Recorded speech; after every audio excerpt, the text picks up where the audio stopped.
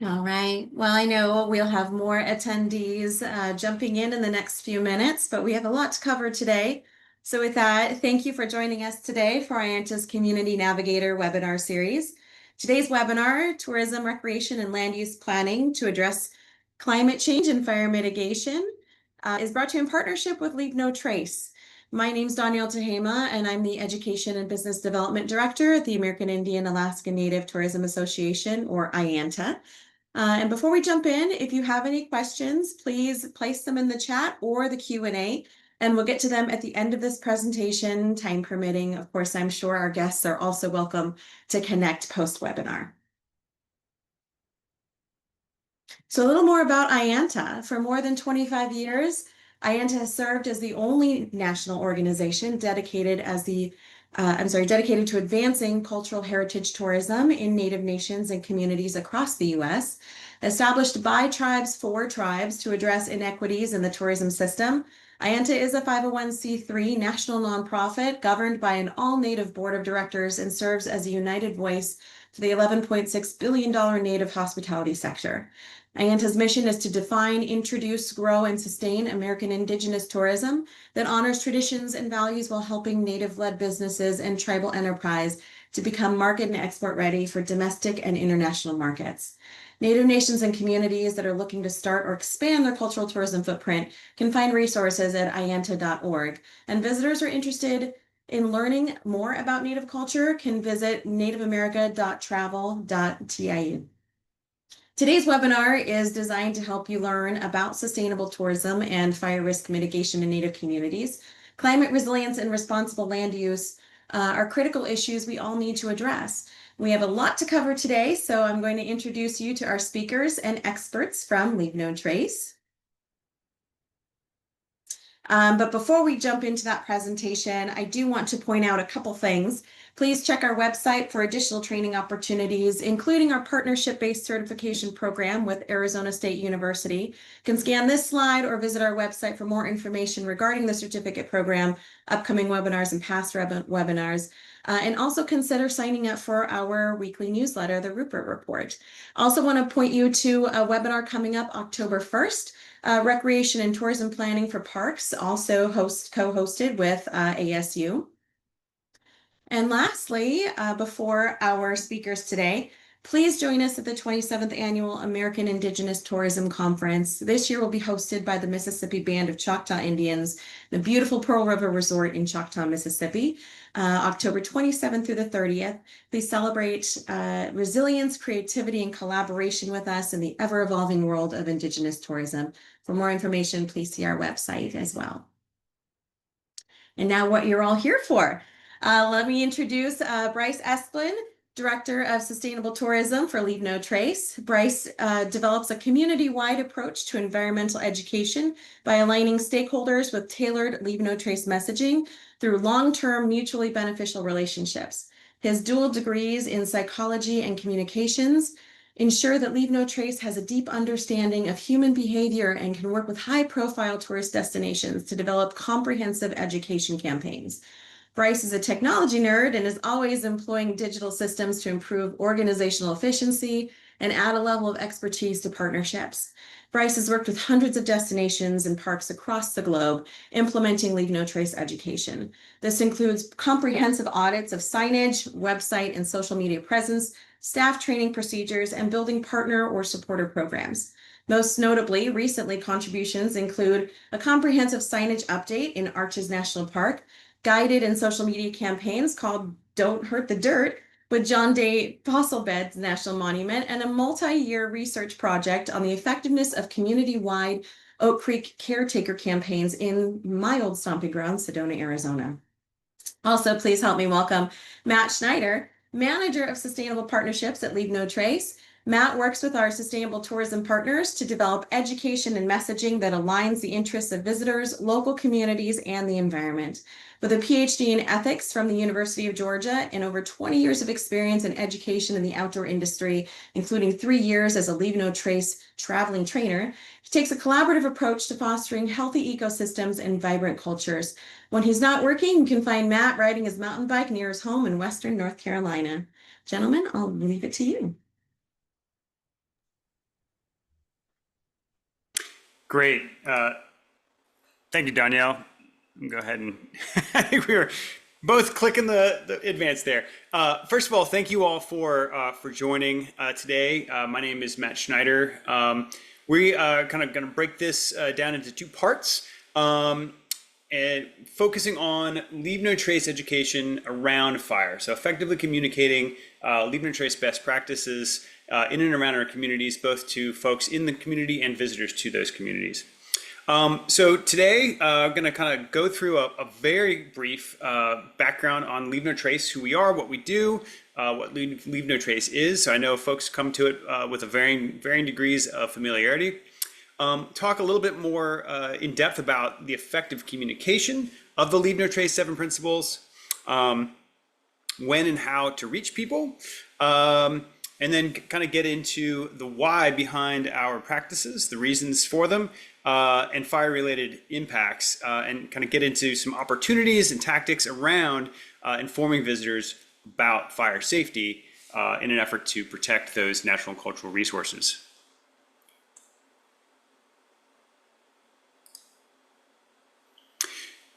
So leave no trace, a lot of folks are familiar with the idea, the concept, and some of these practices are very old.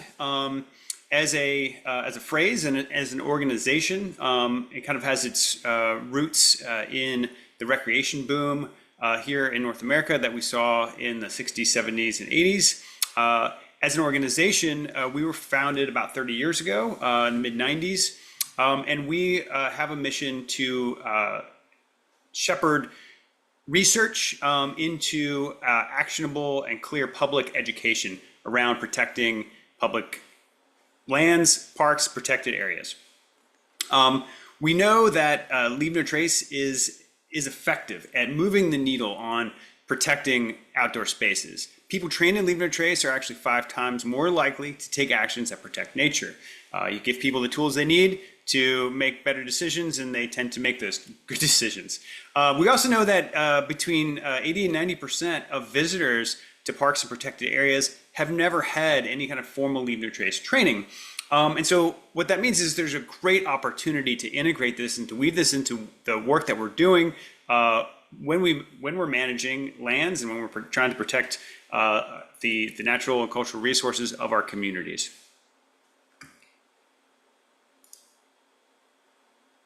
So we do this work, we have 3 pillars. The first is expanding training for all people. We deliver trainings to professionals, to casual outdoor enthusiasts, and kind of everyone in between, to youth from first grade through college, online, in person, on the ground, through both the Leave No Trace organization and through partner organizations and professional educators all over the world. We also are engaged in stewardship work, helping people to give back and engage with their local outdoor communities.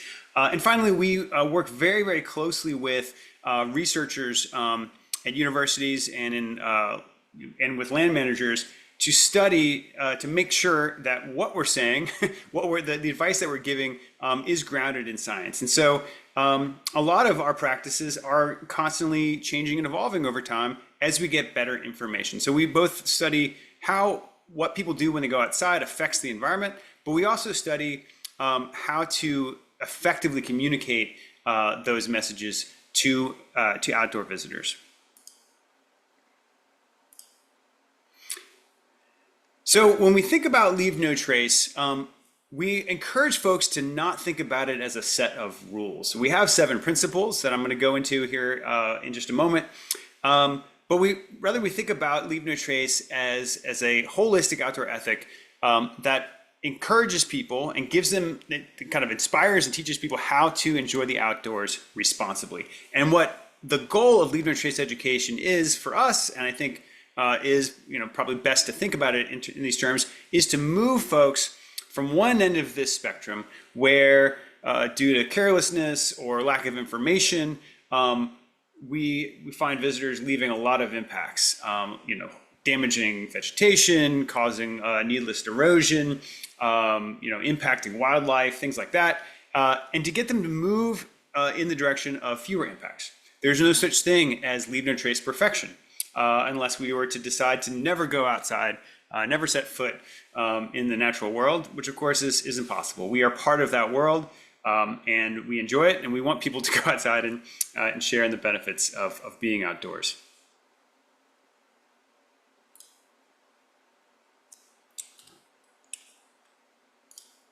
Danielle, I think I have lost my ability to advance the slides. I'm sorry. Oh, there we go.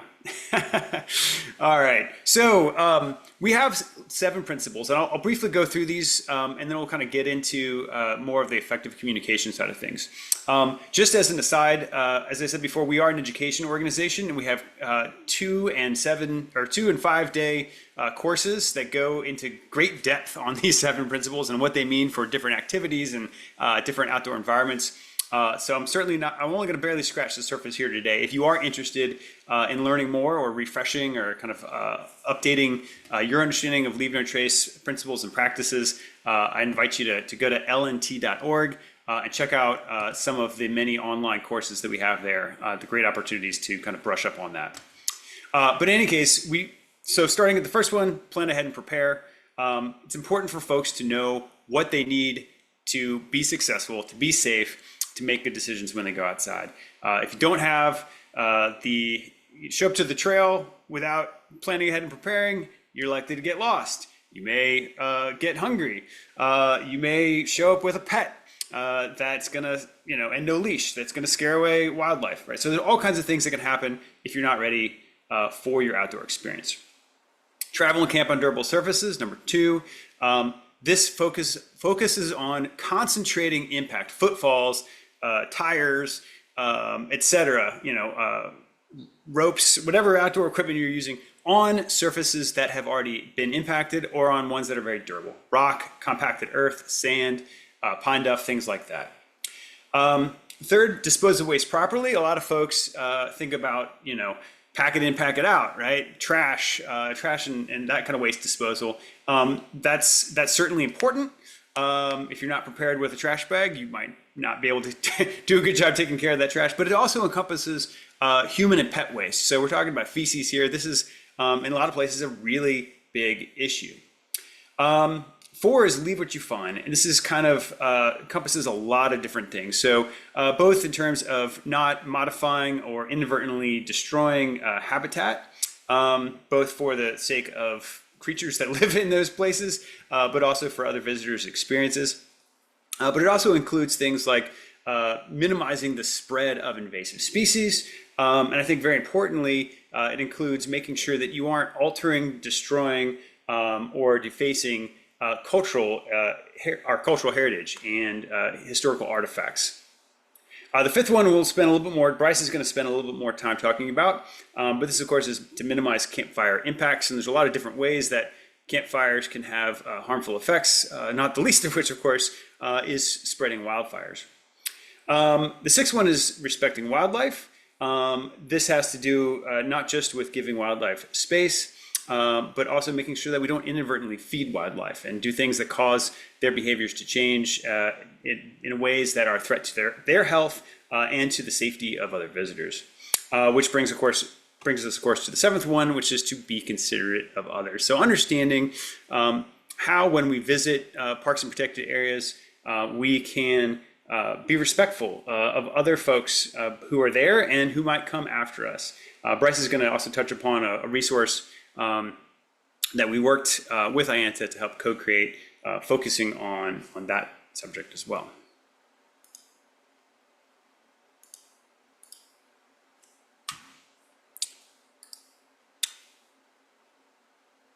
Danielle, I apologize. I keep losing my arrows. There we go. All right. Perfect. All right. So we are, as land managers, as planners, as members of our community trying to protect the outdoors, we want to influence human behavior. And when we think about this in terms of land management, one framework to talk about it uses what we call the 3 E's: education, enforcement, and engineering. So we're going to focus primarily on education today. This is what we do. This is what we do best. It is the most durable form of influencing behavior, because once someone understands something, it makes it part of how they make decisions and how they choose to act. That's going to last a long time. Enforcement and engineering are also important. Enforcement would be things like writing people a ticket for having a fire during a burn ban, for example. Engineering would be things like making sure that developed campgrounds have well-constructed fire rings so that there is a designated place to have and to contain a campfire. But education is certainly going to be the least expensive and have the broadest potential impact. Enforcement is expensive and unreliable if that's the only thing that we're using to influence folks' behavior. And engineering, while important, isn't always going to adequately do the job. So we need all three of these things.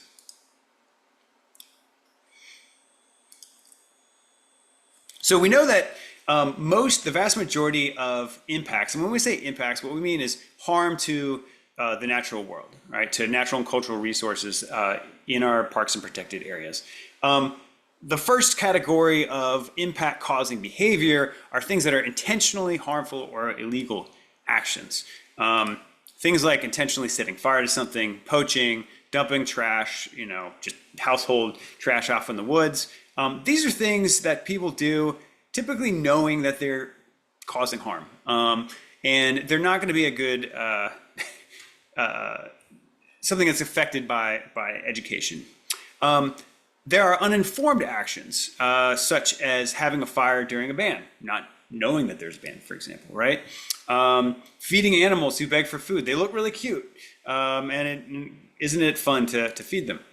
Or chopping wood off live trees. You want a campfire and you go around and you have a hatchet and you think, well, here's a tree, I'm gonna go get some wood. Unskilled actions, such as incompletely extinguishing your campfire, allowing a fire to burn out of control, or not knowing how to use a camp stove as an alternative to fire. Right? These are would be things where the right kind of skill would help you. We also see careless actions being the cause of impacts. Parking on dry grass, which can of course cause a fire. Not using or maintaining a spark arrestor if you're working near or on public lands with a gas-powered power tool. Dumping charcoal out on the ground when you're done with it. Common practice, that's careless and of course can lead to some pretty big harms.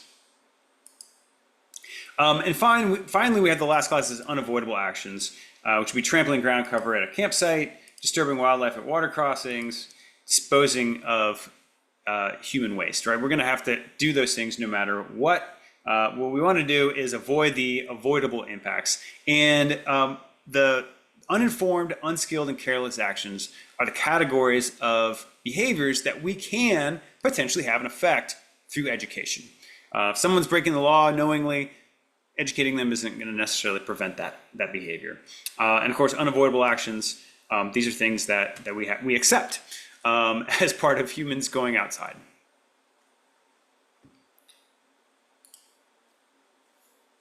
So we know that there's a lot of things that are needed to influence behavior, but two really primary ones as it relates to Leave No Trace are first a basic understanding of the natural world around us. And this is something that in our modern world, a lot of visitors to the outdoors just don't have in a very robust way, or they oftentimes have a pretty significant misunderstanding of how the natural world works, how wildlife should behave when they haven't been conditioned to human presence, for example. And the second thing, of course, is an understanding of the consequences, that is to say the harmful impacts on the outdoors of our actions, right? So understanding how when you do something, what it leads to. Oftentimes when people understand that, they are in a much better position to choose the right thing. And so one way of referring to this is known as talking about the why. We want people to adopt certain practices around safe fire habits, But we are, of course, asking them to, in many cases, change their behavior, to do something differently, to do something extra, perhaps. And so it's really, really important to give them the reasons why. So one thing we want folks to do when it is okay to have a fire is when they're done with it, to completely extinguish campfires with water, to stir the coals and continue this process until everything is cool to the touch. Why? Right? Well, fires that appear to be out can reignite and spread when the wind picks up, creating a wildfire risk. It's important to have this why in there because many people have had fires many times, and when all of the fuel was burned, they simply walked away thinking, well, there's no flames, it's probably fine. Or they were taught bad information, such as cover up the fire with sand or dirt to extinguish it. And while in principle this can eventually smother a fire, we know from multiple instances that when the wind picks up and blows away that sand and dirt, that what we often get is simply a blanket over hot coals that leads to the reignition of that. Right. So giving folks reasons why, giving them a little bit more understanding of why we're asking them to do things in a certain way is going to help to change their behavior, especially if they have bad habits ingrained. When we think about communicating with folks, it's very important to assume that people have good intentions. Because usually if we assume they have bad intentions, that will come through in our messaging, and that's not well received usually. When someone, think about in your own life, when someone comes to you in an accusatory way, right, to correct you or to point something out, you're not going to be very receptive to whatever they have to say, right? So we want to assume good intentions, and even if it's not the case, right, it's important when we're crafting messaging that we assume that impacts or impact-causing behavior is the result of lack of skill, lack of knowledge, or an innocent carelessness. So starting from that position, we know that there are certain strategies that really do work well. Giving people examples of Leave No Trace in action. When you look at the Leave No Trace website, when you look at some of our partners, social media and other communications, you're going to see lots of examples of folks doing the things that we're asking them to do. We'll have videos of folks showing people how to put out campfires. We have, videos and images and how-to guides on how to yield on the trail, right? So principle number 7, being considerate of others. We know that it's important for that information to be clear, concise, and easy to follow. And that means oftentimes focusing on what the most serious or kind of salient issues facing an area really are. If the biggest thing affecting you is pollution in the waterways from human and pet waste, focus on that, right? If the biggest issue is out of control campfires, focus on that and give people just the information they need to make good decisions. Relating these things to everyday values. Now, remember, we're assuming that folks have good intentions here. So assume that and then speak to those intentions to protect the outdoors, to protect their own safety, to preserve the experience for future visitors. Humor can be very, very effective in reaching people. It opens folks up, gets them to see things in a new way. But it's important that we don't use humor that belittles or shames or alienates and divides folks.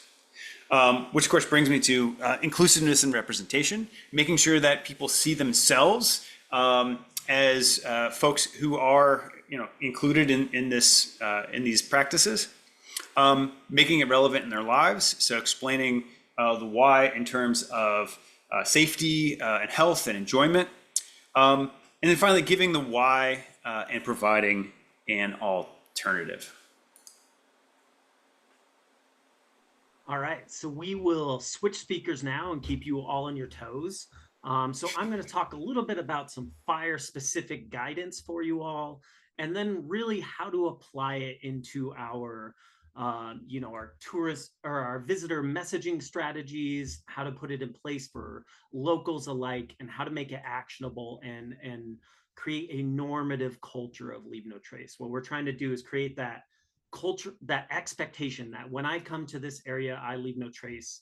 And fire practices, sound fire practices are going to be a part of that. I will say, Danielle, as well, just like Matt, the buttons for advancing, there they go. Okay, cool. It seems like once you prompt it, they come back. So we're all good. Awesome. So this is a slide. I'm going to talk a bit about some of our specific fire guidance. But I will preface that our intent today is not to go over in depth every little thing about campfire impacts, but really how to apply it, because everywhere is a little bit different. Everywhere's fire practices and processes are a little different. So what we're going to do is really give the base level fire impact information, and then go with through an exercise with you all for learning how to apply it really, really effectively.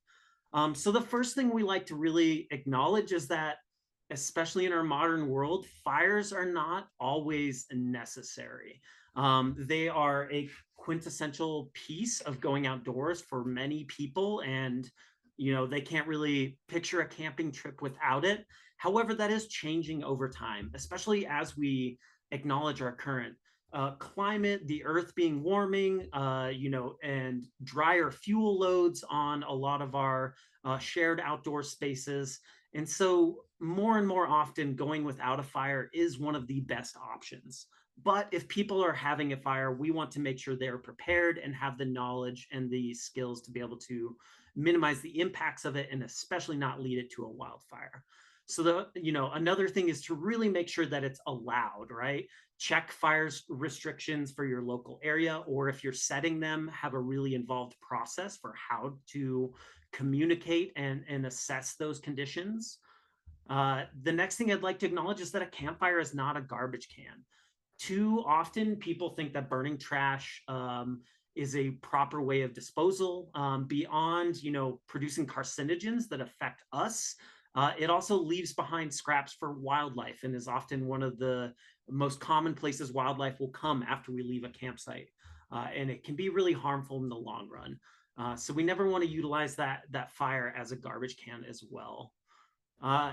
Firewood is a thing that maybe we don't really think about as far as moving species, but firewood transfer, especially across long distances, can take, especially pests or bugs from one ecosystem to another, oftentimes completely harming that area. Many valleys in Colorado and in the Rocky Mountains as a whole, have had bark beetles decimate entire forests.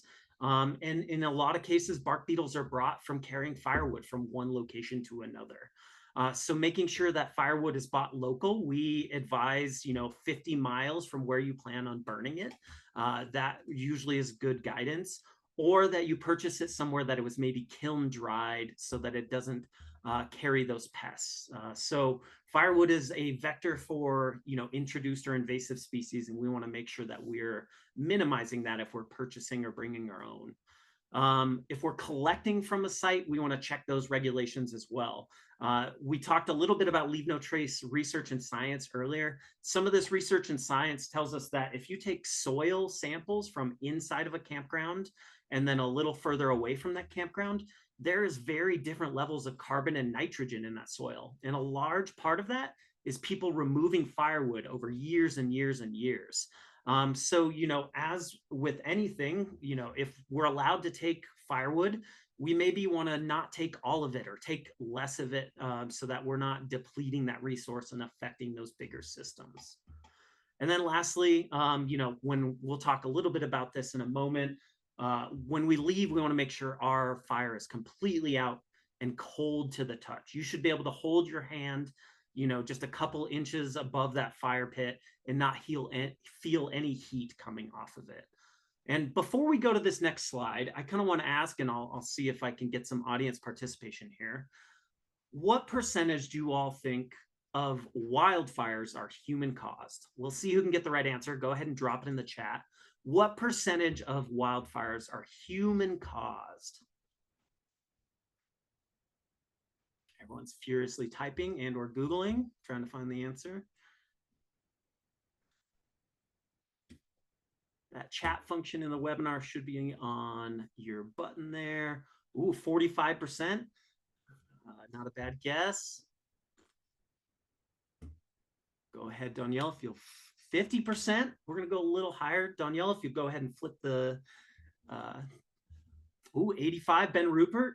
I'm going to say Ben usually knows exactly what he's doing. He's a champ. It's 80 to 90%, depending on the reporting agency.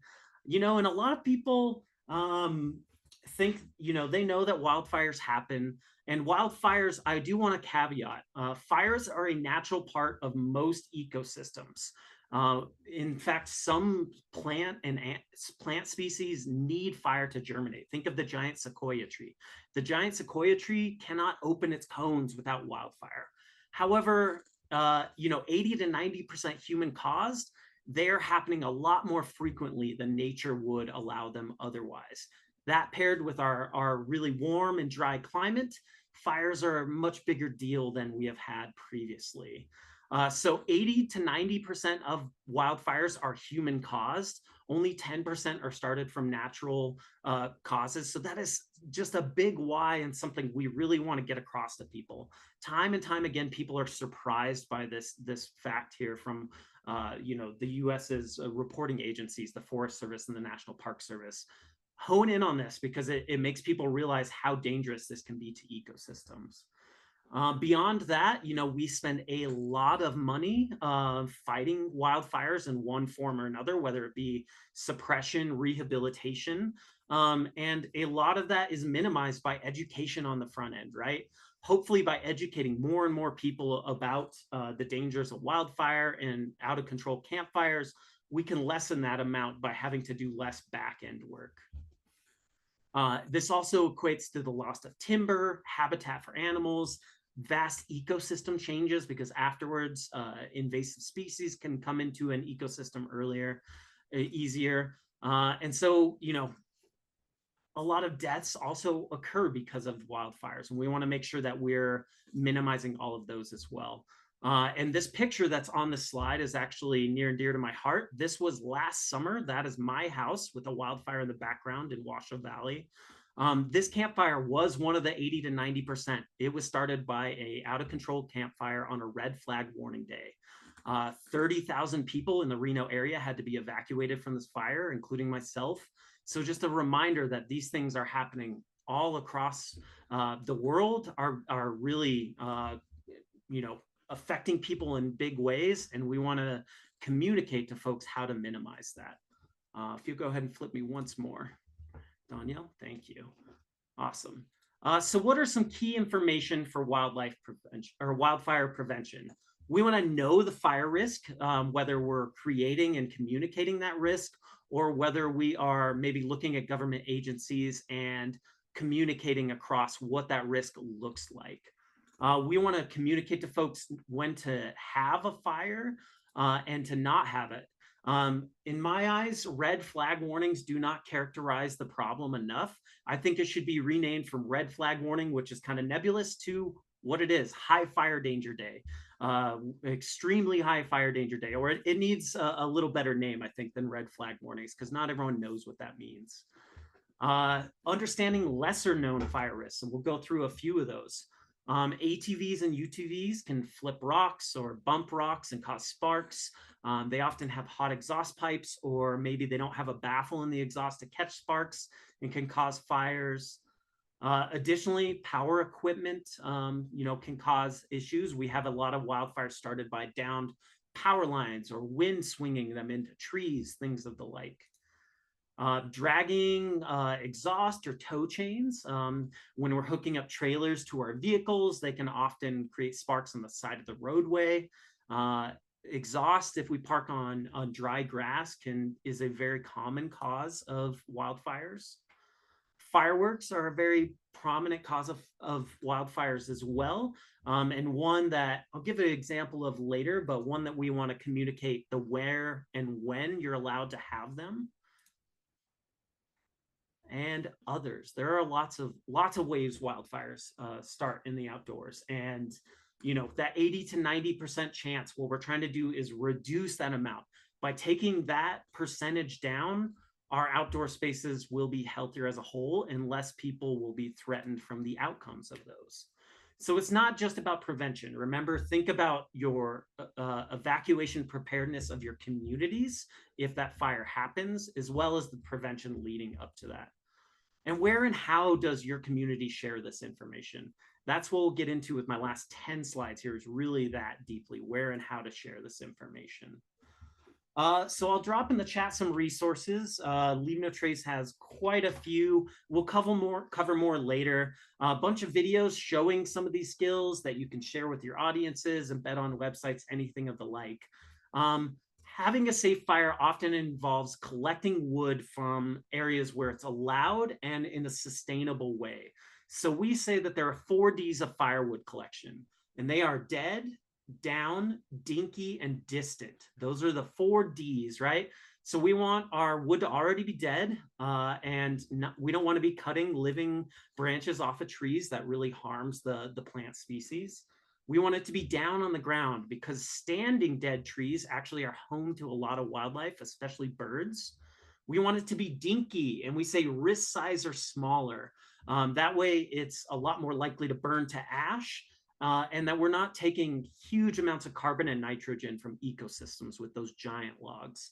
And then we say distant is our last D, because we want to collect it from a large, wide area to lessen that impact from any one small space. It's dead, down, dinky, and distant, the 4 Ds of firewood collection.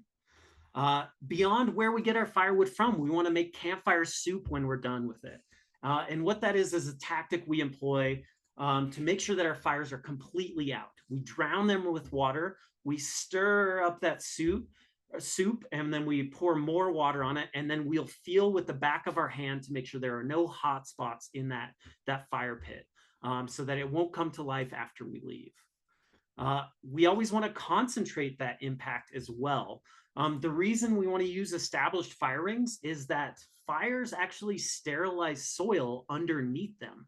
So if you think about under any fire pit that we have, or any fire, the heat will actually permeate the ground and kill all microbes and bacteria in that ground up to a couple feet deep. And so if we're doing that everywhere, we end up with a lot of patches of dead ground, essentially non-living ground for a long term until it's replenished. So we want to make sure we're only using those established fire rings. And then the last one there, never burn trash or food. That's the big one. So we'll see if this will play. I believe it will and have sound. This is our campfire alternatives. And you may have to click it for me, Danielle.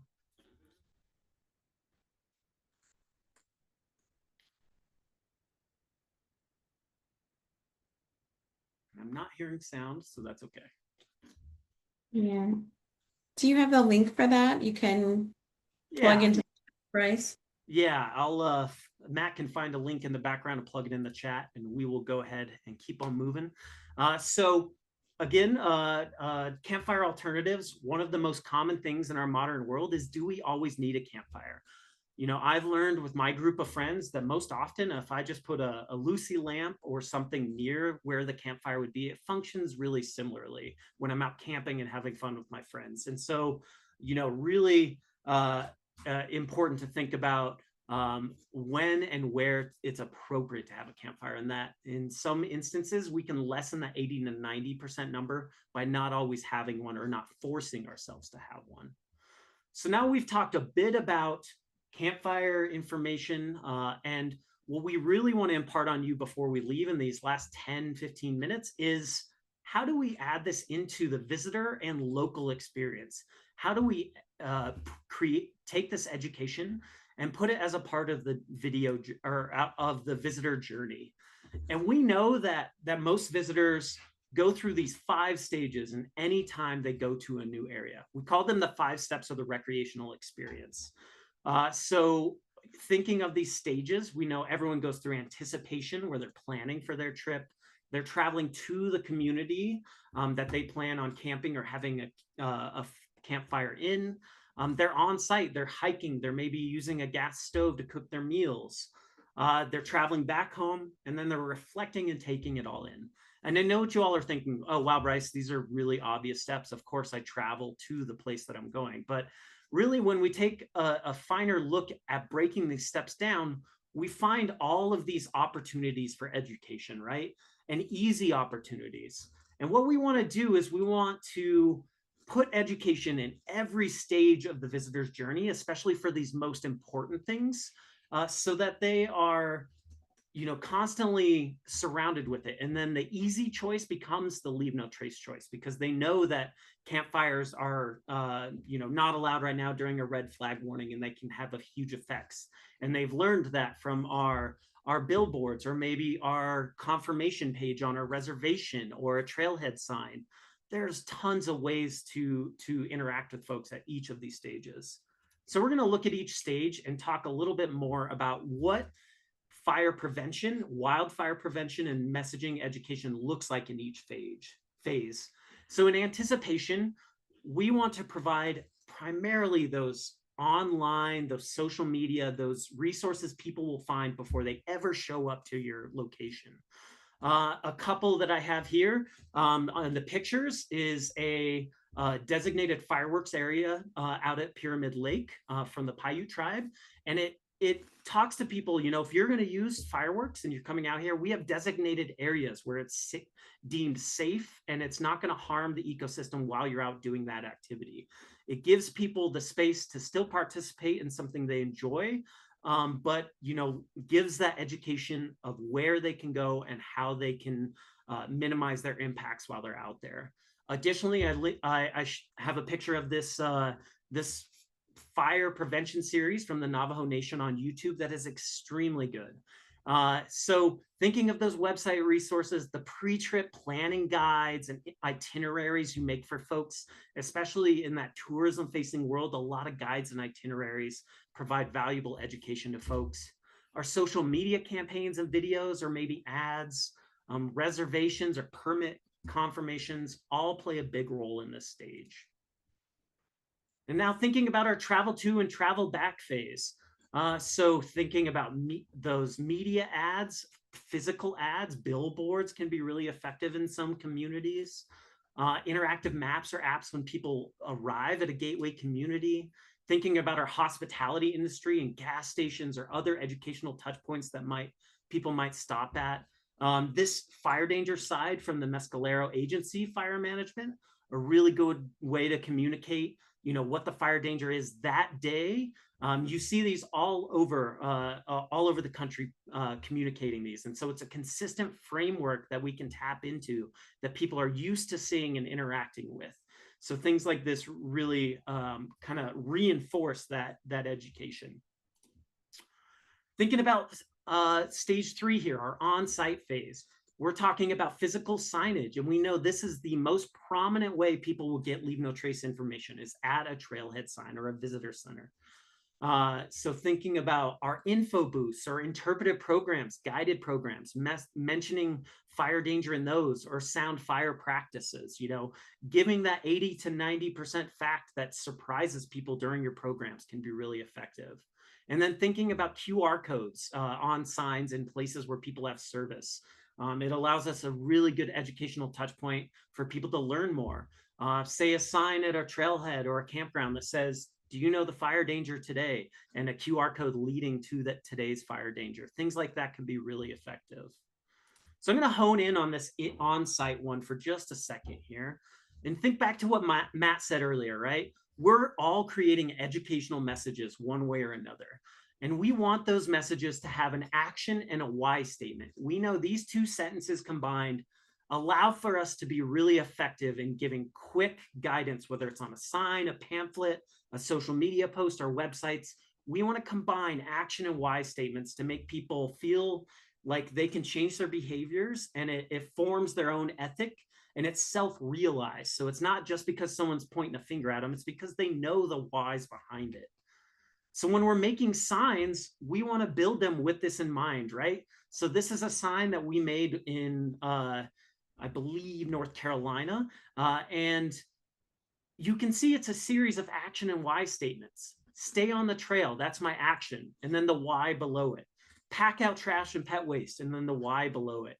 In multi-languages at an easy 5th grade word level so that everyone can read and understand it. These are things we want to utilize to build our educational messages. Thinking of applying that to campfires, good action and why statements on this sign, I believe from the National Park Service. And so I do want to highlight a little bit of our work in Arizona and the Sedona community, just to illustrate the importance of everyone participating in this education. So we've been working with ASU and in the Sedona community for going on 5 years now, and we've been studying visitors' perceptions that whole time of the Leave No Trace campaign. And what we found is that out of 4 million people a year, about 3 million of them are seeing the Leave No Trace information in Sedona about how to protect Oak Creek. And the most important thing I want to highlight from this is that the top 3 outlets for education were in-person signage, but then also gateway businesses were the second highest touch point. So our gateway businesses in our communities are one of the biggest sources of education for people to protect nature while they're out enjoying the places. So really important we give our educational assets and campaigns to not only the land managers, but to our communities, because they play such an important role, right? Especially in the hospitality industry. If I'm in, the hotel or lodging industry, there is, oh, if you could click once more for me, Danielle. There it is. All right. There's ample opportunity to put up Leave No Trace education, whether that's in posters on the front door, seating area, table tents, or our receptionist is talking about the fire danger for that day. The same goes with a restaurant space, right? Even though it's busy and a lot of people, there are tons of active ways to put information in these spaces and harness that second biggest educational touch point. And the last piece I will kind of hone in is that reflection phase. This is our follow-up emails, our surveys, working with websites and journalists after a trip, or photo contests and stories, souvenirs or literature, right? So really important to participate in these spaces. Actually, a great example from the Cherokee Nation here of a red flag warning. They communicate these things really often to people visiting the area and making sure they feel prepared. So we really want to utilize systems like this to give alerts and notifications to people in a timely manner. That's really the power of social media, is that timely information. And I always like to say too, it's important to realize how many people find out about places and do their research from social media about outdoor spaces, right? Think about Havasupai, 215,000 monthly web searches, almost 1 million Instagram, Facebook posts, and 100,000 TikTok videos. And if we don't participate in these spaces with education, that doesn't mean those discussions aren't happening. It just means they're happening without us. So it's really important for us to have a face and a voice in social media and use it as an educational tool when it makes sense, because people are talking about our space, our outdoor spaces, a lot on social media, and we want to ensure that they're prepared and finding the information they need. Awesome. So before we give our last 10 minutes to questions, I want to drop resources in the chat once more for you all. Click on all those links. They'll also be in the follow-up. Just some things that we hope can help you all, communicate in the future some of these messages and lessen the amount of wildfires in our communities and outdoor spaces. The U.S. Fire Administration has a ton of free educational resources that you all can utilize. In addition to Leave No Trace resources, these are created for us and resonate with people really well. They're free to download, free to repost. I encourage you all to check them out and utilize them so we don't have to create all of this ourselves. Additionally, the Bureau of Indian Affairs has a division of wildland fire management. Beyond educational resources, they have fuel reduction grants, wildfire response teams that we can tap into, and grants for post-wildfire recovery for our communities that are affected by them. I will give another plug for the resources that Leave No Trace and IANTA created together. for engaging visitors with the differences between tribal lands and traditional public lands. And then additionally, a resource for Indigenous folks to be able to communicate their story to those visitors in a succinct way that is really able to be taken in by those visitors and understood easily. So check those out. They are really valuable as well. And then lastly, just a plug for our Leave No Trace 101 course. We barely scratched the surface with Leave No Trace education today. As Matt said, we have 5-day courses on Leave No Trace, so we barely tapped into it. And beyond, these online courses, feel free to reach out to Matt or myself. We'll leave our email addresses in the chat shortly. We'd be happy to answer your questions or do one-on-one programs with you all as well. And with that, I believe we have our last 9 minutes with you all for any questions or thoughts you may have. We'd love to hear from you. Yeah, thank you, Bryce and Matt, so much. I am going to stop sharing for just a moment, just so we can see your faces. I did not see any questions in the chat. Sherry, I'll let you come offline if you did get any additionally, but I do have a question for you. So you did share the resource that was co-created with IANTA and Leave No Trace. And I just wanted to give you a second really quickly to speak on that. I'm curious if you can explain a little bit how visitors can learn and respect the historical and ongoing relationships between Indigenous communities and fire management versus mainstream practices in fire management, because there is a respect and a cultural significance with fire management. Yeah, go ahead, Matt. Oh, I was going to say that's a great question, and I believe was it Michael who dropped that in the chat.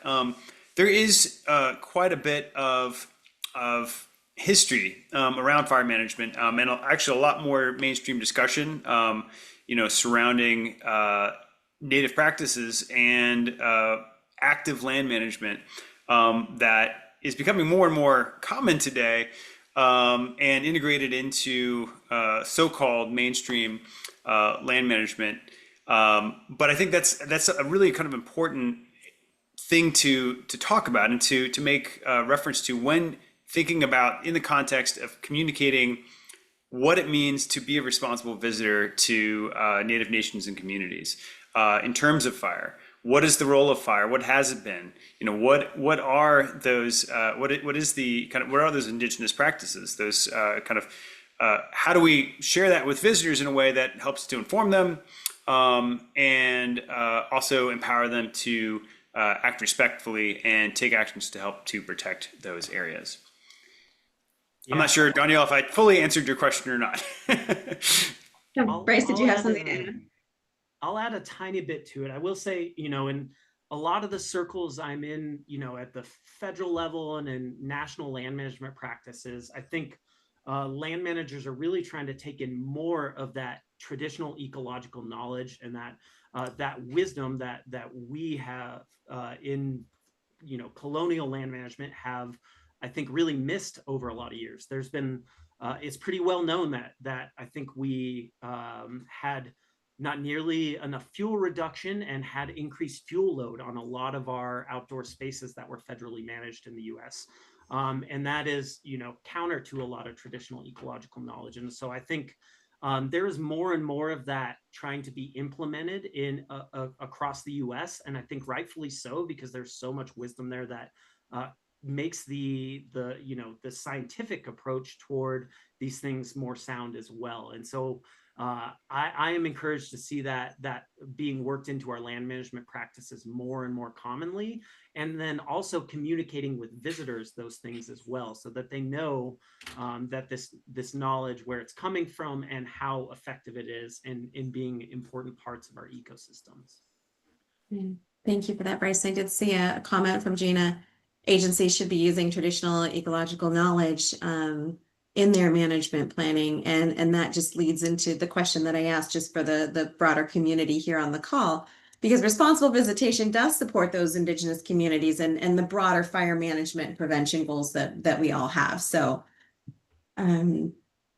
Yes, Willa, I completely agree with the TikTok videos of everyone jumping into Crater Lake over the weekend. But any other comments? I'd love to hear some other questions from our attendees today.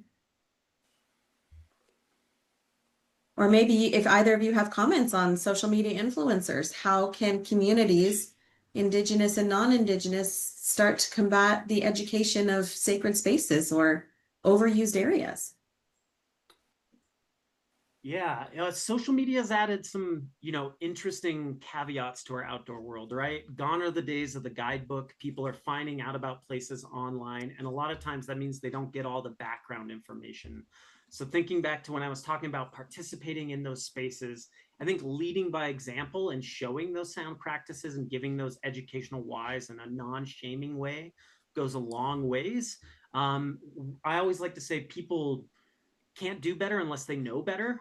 It is very rare that people are intentionally being disrespectful or causing impacts. Most of the time, they're unaware, ill-informed, or misinformed. And so, when we can provide that why, at the end of the day, we're all humans trying to enjoy these spaces and be respectful of each other by and large. And so, we want to kind of apply that to our message as well and give people the benefit of the doubt, giving people space to make mistakes and learn from them in a way that builds up their outdoor ethic over time. Thank you for that.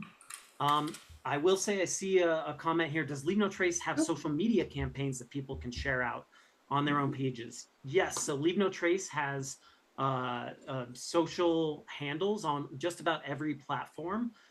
Those can all be reshared easily. Additionally, we have some plug and play social media assets for partners that I will follow up by email with to this group. So you all have access to that as well.